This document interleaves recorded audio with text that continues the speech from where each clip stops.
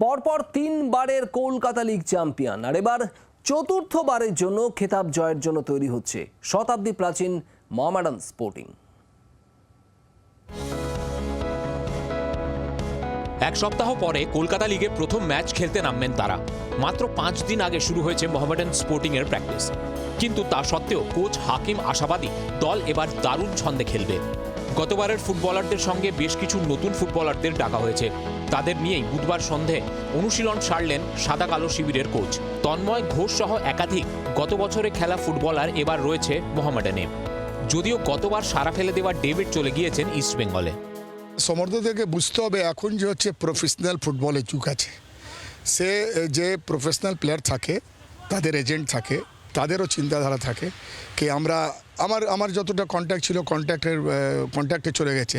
এবার নাকি কন্ট্যাক্ট ছিল বলে আমরা ছেড়ে দিচ্ছি সেরকম কোনো ব্যাপার না। ও কন্ট্যাক্টই আমাদের যা ছিল ও কন্ট্যাক্টের ভেতরেও চলে গেছে। কোচ হাকিম উগান্ডার নাগরিক, তিনি মানছেন কলকাতা লিগ শক্ত লড়াই। প্রথম ম্যাচ এক সপ্তাহ পরে, তবে তার আগে দল দাঁড়িয়ে যাবে বলে আশাবাদী তিনি। একই সঙ্গে জানিয়ে দিলেন ডেভিড যাওয়ায় তিনি চিন্তিত নন।